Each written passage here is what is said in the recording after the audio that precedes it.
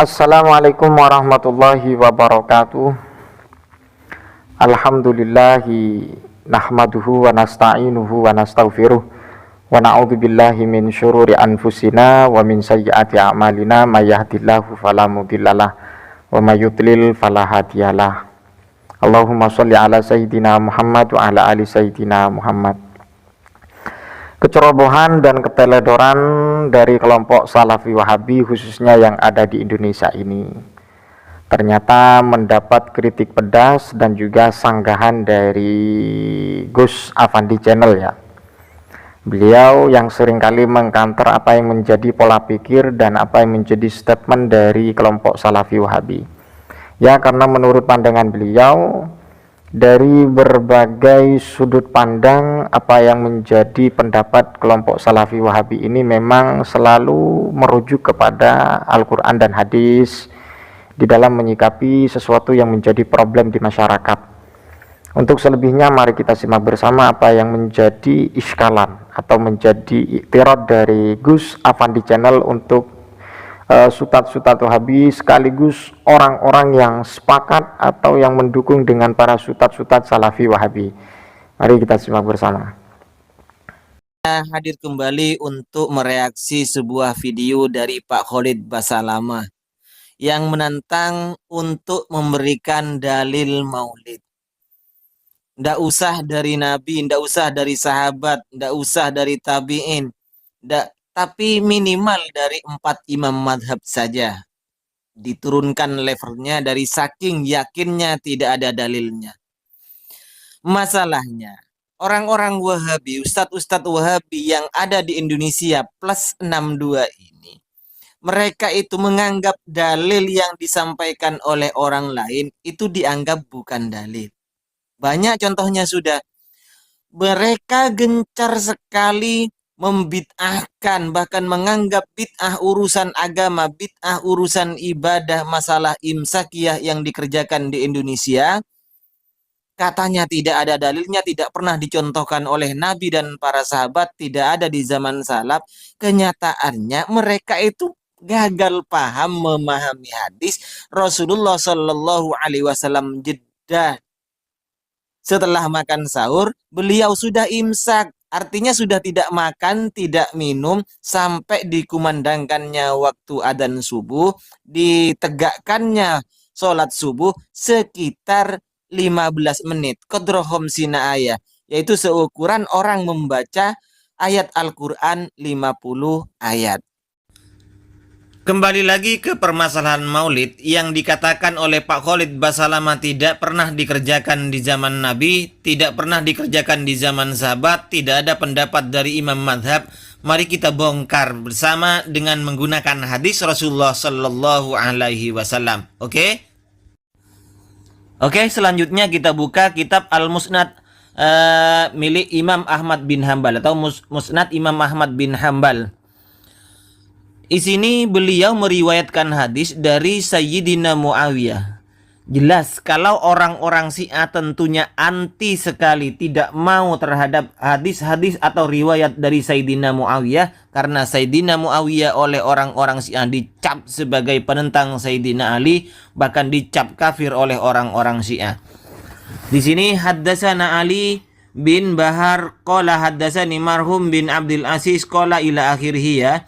An Sa'id an Abi Sa'id Al-Khudri qala kharaja Muawiyah ala halqatin fil masjid.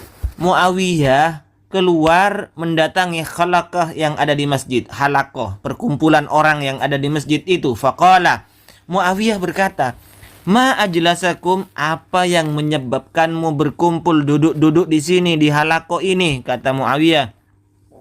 Qalu, orang-orang menjawab, jalasna, kami duduk di sini, nadzkurullah, kami berzikir terhadap Allah Subhanahu wa taala. Mereka berzikir bersama. Kalau orang Wahabi menganggap bahwa zikir bersama itu tidak boleh kan ya. Ini padahal di sini para sahabat duduk bersama untuk zikir bersama. Oke, kalau zikir bersama tidak boleh, ya bersama-sama berzikir begitulah. Nadzkurullah, bersama-sama berzikir terhadap Allah Subhanahu wa taala. Qala, kemudian dijawab lagi oleh Muawiyah, Allahi ma ajlasakum illa dzaka, demi Allah, apakah itu yang menyebabkan kalian duduk di sini? Qalu Allahi ma ajlasana illa dzaka.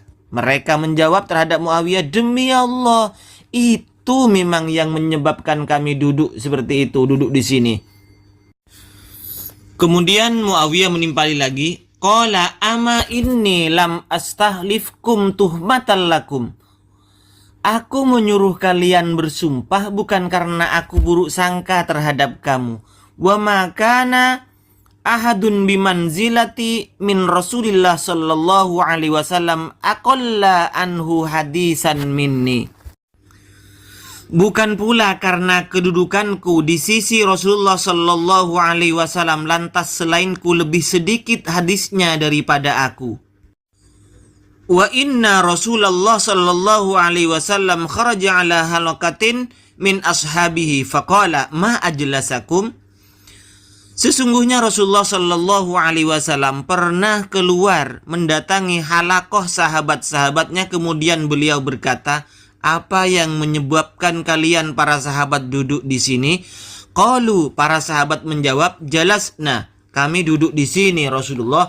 Pertama, nadzkurullaha, berzikir bersama terhadap Allah. Kalau orang Wahabi juga tidak mau zikir bersama, ya bersama-sama berzikir terhadap Allah subhanahu wa ta'ala. Gitulah, kok repot. Pertama berzikir ya, bersama berzikir terhadap Allah subhanahu wa ta'ala. Wa nahmaduhu, dan kami memuji Allah. Untuk apa? Alama hadana lil Islam.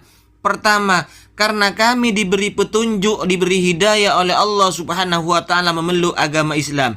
Yang kedua, wa manna alaina bika, dan Allah memberikan nikmat kepada kami bika, sebab kamu Rasulullah. Ini yang disembunyikan oleh orang-orang Wahabi. Jadi para sahabat mengadakan zikir bersama atau bersama-sama berzikir, membuat halaqah memuji Allah subhanahu wa ta'ala yang pertama karena menyukuri beliau itu para sahabat telah diberi hidayah oleh Allah subhanahu wa ta'ala untuk masuk Islam. Dan yang kedua, wa manna alaina bika, sebab telah diberi nikmat terutusnya Rasulullah di tengah-tengah mereka. Ini yang dimaksud dengan bersama-sama, duduk bersama, halaqah bersama, karena mengingat jasa-jasa Rasulullah sallallahu alaihi wasallam sebagai nikmat terbesar bagi umat ini. Sahabat yang dimuliakan Allah subhanahu wa ta'ala, Gus Afandi Channel tegas, tajam di dalam menyikapi beberapa pendapat dari kelompok Salafi Wahabi yang berseliweran di media sosial ya. Mulai dari cara berpikirnya, mulai cara memahami problem yang terjadi di masyarakat, khususnya warga Nahdien, sehingga seringkali mereka menuduh itu bid'ah, kemudian syirik dan sebagainya. Ya, tapi yang jelas apa yang disampaikan oleh beliau Gus Afandi Channel memang tidak keluar dari beberapa kajian-kajian kitab yang pernah disampaikan oleh para ulama ya.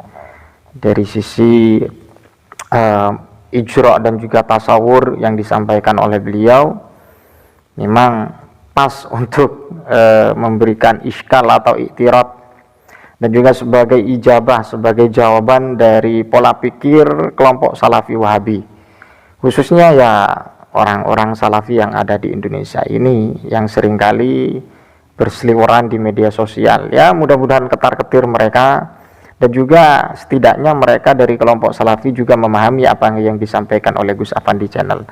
Wallahul muwaffiq ila aqwamit thoriq. Mudah-mudahan bermanfaat. Assalamualaikum warahmatullahi wabarakatuh.